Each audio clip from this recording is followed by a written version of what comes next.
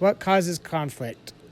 Conflict arises from differences, both large and small. It occurs whenever people disagree over their values, motivations, perceptions, ideas, or desires. Sometimes these differences appear trivial, but when a conflict triggers strong feelings, a deep personal need is often at the core of the problem. These needs can range from the need to feel safe and secure or respected and valued. The needs of each party plays an important role in the long-term success of a relationship.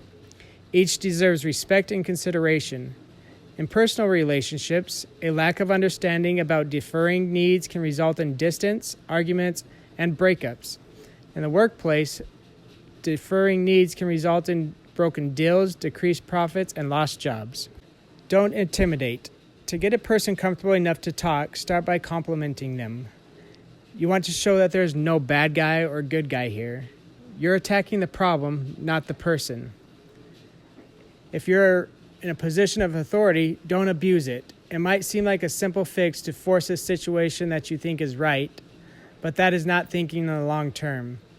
The only thing that people learn from that is that they don't trust you and won't confide in you. So take the time to work through your conflict resolution in such a way that it doesn't pop up again the next day. Don't avoid conflict. Conflict is a normal part of a healthy relationship. After all, two people can't be expected to agree on everything all the time. The key is not to avoid conflict, but to learn how to resolve it in a healthy way. Conflicts continue to fester when ignored, because conflicts involve perceived threats to our well-being and survival. They stay with us until we face and resolve them. Before there is any hint of a conflict, you can reduce or even eliminate potential problems by setting a standard or behavior in the workplace. If you give the team the room to define what it is and what is not appropriate, they will. Offer guidance, not solutions. If you're leading a group, do not take sides in the argument. It's best if you can get them to work together to resolve the conflict.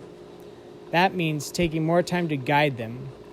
They're usually too emotionally involved to notice a good solution. In any conflict, there are many ways to approach the situation, some more critical than others, but sometimes things are plainly wrong and criticism is the only valid way to deal with it.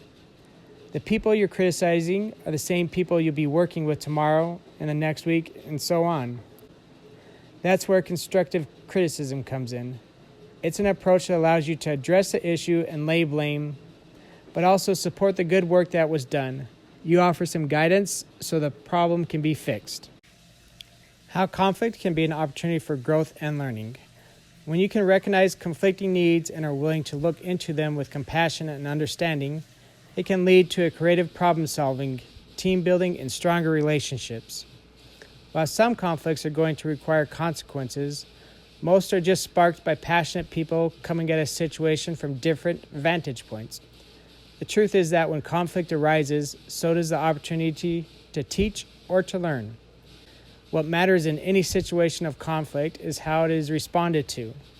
This is what leads to there being a useful, constructive, effective, positive outcome, or rather, a destructive, ineffective, or negative outcome.